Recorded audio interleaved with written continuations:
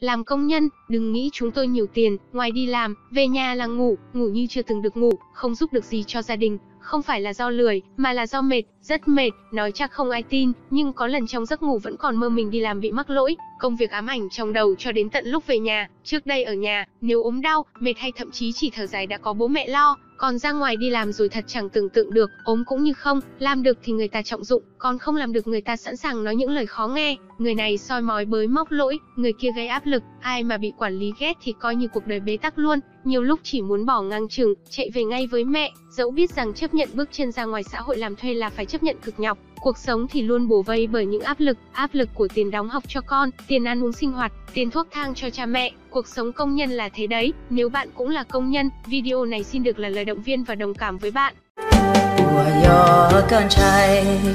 Cha có tao yêu cu nó cho nhẹ che lu chi tao có thiệt tao hay li u li nó cho cu có cu tu xia tua kia trao con chia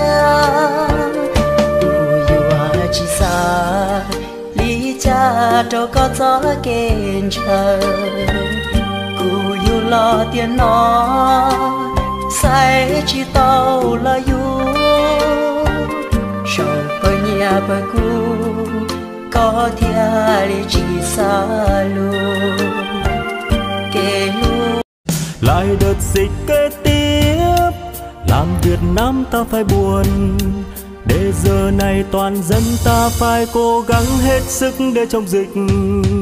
Vì người Việt chúng ta cùng dòng máu lạc hồng, tự hào Việt Nam ta hô vang khúc hát quyết thắng đại dịch.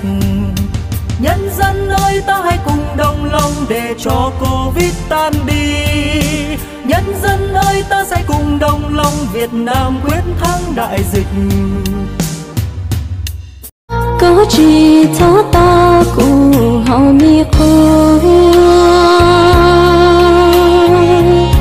hậu quang con cháu ý chỉ mong nhớ chỉ tu ta cho tế chờ thua tia cứ do tu có đắng chỉ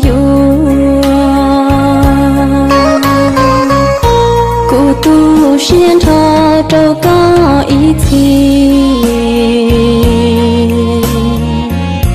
cụ chùa do tu có cú gì có tư mà có miền cao ta gì cho cái khẩu lý lo cho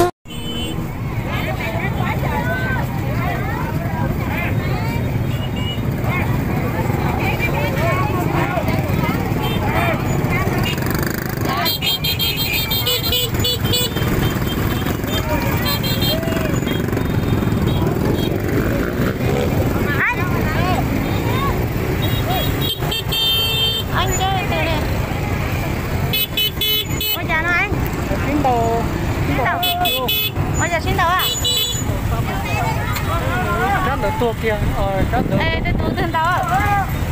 Có nhảy giờ xin đồ đó thì. Ê, tôi có nhảy mới nhận đến đâu? Đâu? À, còn do cũng lo chứ.